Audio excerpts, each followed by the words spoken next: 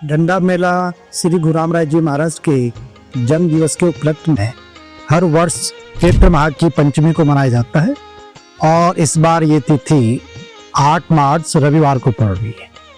श्री गुरु रामराय जी महाराज सिखों के 7वें गुरु श्री हर राय जी के ज्येष्ठ पुत्र थे और सन 1676 में वो पंजाब से देहरादून में आ गए थे और उन्होंने दून घाटी में डेरा डाला और कालांतर में उनके दून घाटी में तपस्या करने से और यहाँ पे डेरा डालने से इसका नाम देहरादून पड़ा। तो इसलिए श्री गुरु रामराय जी महाराज को देहरादून का संस्थापक भी माना जाता है। श्री गुरु रामराय जी महाराज जब यहाँ पे आए थे तो उस समय हिंदुस्तान औरंगजेब के अधीन था और औरंगजेब हिंदुस्तान के बादशाह थे। औरंगजेब जो है हिंदू और सिख समाज को मुस्लिम में परिवर्तित कर रहे थे और इसी कड़ी में उन्होंने पंजाब में श्री गुरु हर राय जी को जो 7वें गुरु थे उनको दिल्ली दरबार बुलाया था। तो उन्होंने मना कर दिया वहां जाने से, लेकिन वहां पे जो है उनके ज्येष्ठ पुत्र श्री गुरु रामराय जी महाराज बैठे थे। तो उन्होंने पिताश्री से निवेदन किया कि आप मुझे वहां जाने की, दिल्ली दरबार जाने की अनुमति दे दें। तो 7वें गुरु श्री हर राय जी ने गुरु रामराय जी को दिल्ली दरबार जाने की अनुमति दी। जब श्री गुरु रामराय जी दिल्ली दरबार पहुंचे तो वहां पर जो औरंगजेब के दरबारी थे, मौलवी थे, उन्होंने उनकी कई तरह से परीक्षा ली। श्री गुरु रामराय जी ने वहां पर 72 चमत्कार दिखाए और औरंगजेब और जो उनके दरबारी थे वो श्री गुरु रामराय जी की चमत्कारिक सिद्धियों से बहुत प्रभावित हुए और औरंगजेब ने श्री गुरु रामराय जी को हिंदू पीर और कामिल फकीर की उपाधि दी।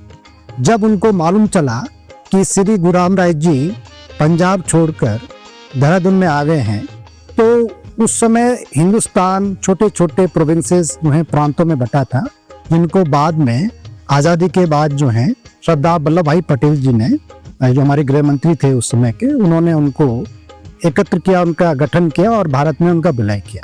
तो उस समय टिहरी रियासत थी। तो औरंगजेब ने टिहरी के राजा फतेह शाह को हुक्म जारी किया कि श्री गुरु रामराय जी महाराज के लिए स्थान उपलब्ध कराए जाए और 7 गांव उनको जागीर में दिए। तो उस समय पूरा ये देहरादून का क्षेत्र श्री गुरु रामराय जी महाराज को दिया गया और ये जो वर्तमान में दरबार साहिब है ये टिहरी के राजा फतेह शाह ने श्री गुरु रामराय जी के लिए बनाया।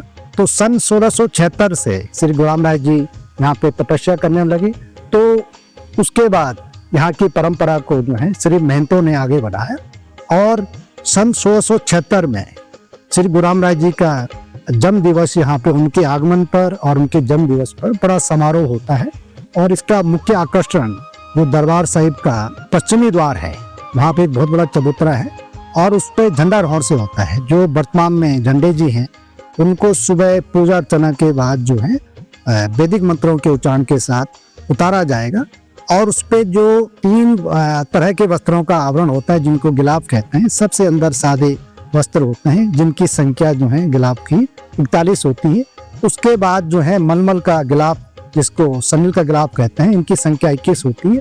और जो सबसे बाहरी आवरण वस्त्रों का जिसको दर्शनी गिलाफ कहते हैं, तो ये उन संगतों द्वारा चढ़ाए जाते हैं जिनकी मनोकामना पूर्ण होती है। इस साल का इसको चढ़ाने का, दर्शनी गिलाफ को चढ़ाने का सौभाग्य हमारे देहरादून के सेवक श्री अनिल गोयल जी को मिला है। तो इसके लिए वर्षों जो है इंतजार करना पड़ता है।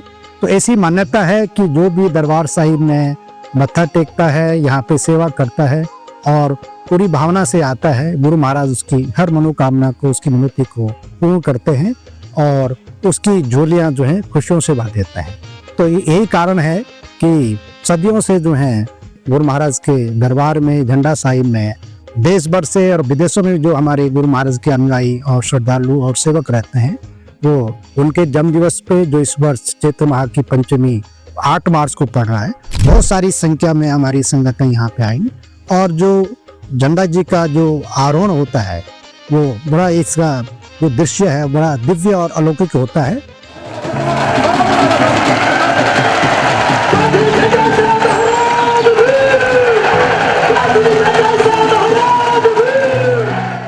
तो इसके लिए ध्वज दंड बनाए जाते हैं जो लगभग 90 फुट जो है इसकी ऊंचाई होती है। तो सुबह पूजा अर्चना के बाद जो है पहले वर्तमान झंडे जी को उतारा जाता है और जो इस पे गिलाफ होते हैं संगतें इसको प्रसाद के तौर पर ग्रहण करती हैं। उसके बाद दिन भर जो है झंडे जी की सेवा चलती रहती है।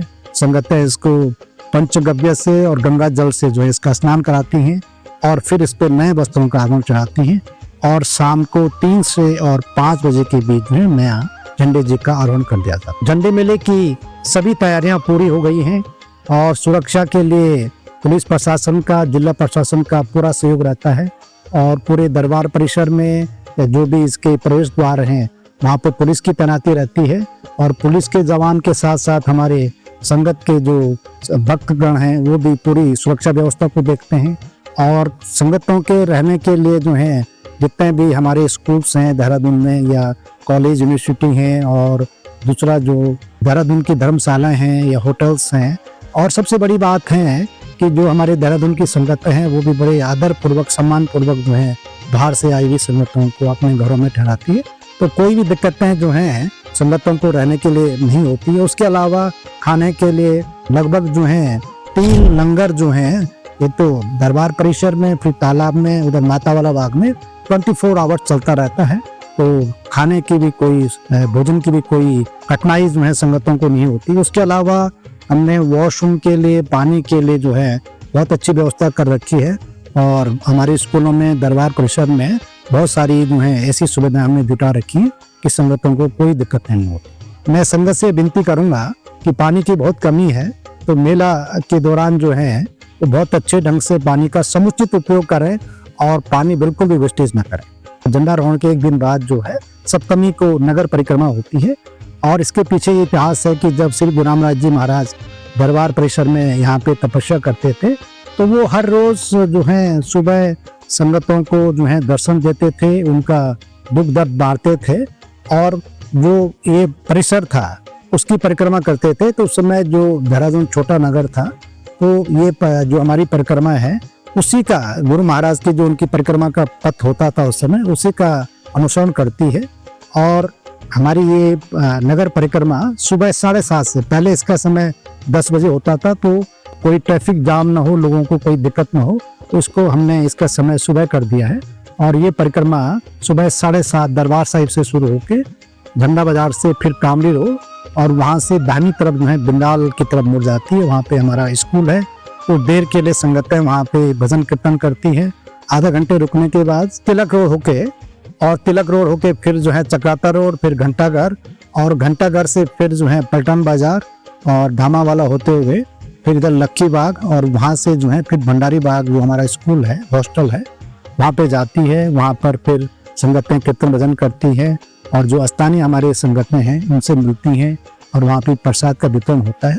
फिर वापसी वहाँ से होती है और जो श्री महंत साहिबान की समाधि है ये सहारनपुर चौक से नीचे को, वहाँ पे भी संगतें आती हैं और समाधि पर मत्था टेकती हैं। वहाँ पे भी कीर्तन भजन होता है, प्रसाद बनता है और फिर वापसी में फिर दरबार साहिब में परिक्रमा दिन के 12 बजे तक में संपन्न होता है। झंडा मेला जो है लगभग 350 वर्षों से मनाया जा रहा है।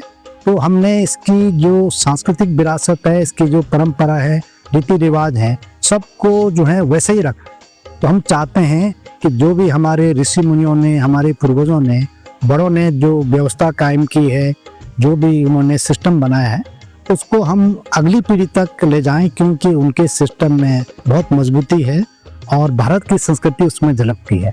मैं सभी संगतों से और दरबार साहिब के सेवकों से और जो भी दरबार साहिब में आस्था रखते हैं या झंडा साहिब का जो भी हमारा समारोह होता है उसको देखते हैं, उनको ये बताना चाहता हूँ कि जो भी सोशल मीडिया प्लेटफॉर्म है, यूट्यूब, फेसबुक पे इसका लाइव प्रसारण किया जाएगा, लाइव टेलीकास्ट किया जाएगा और आप जो है अपने स्थानों से भी इस दृश्य को देख सकते हैं। गुरु महाराज के जन्म दिवस के अवसर पर मैं विशेष अरदास करता हूँ गुरु महाराज के आगे कि हमारी सारी संगत या जो भी देशवासी हैं उनके जीवन में सुख शांति रहे, संतोष का भाव रहे और हर तरह से जीवन में उनको खुशियाँ मिले।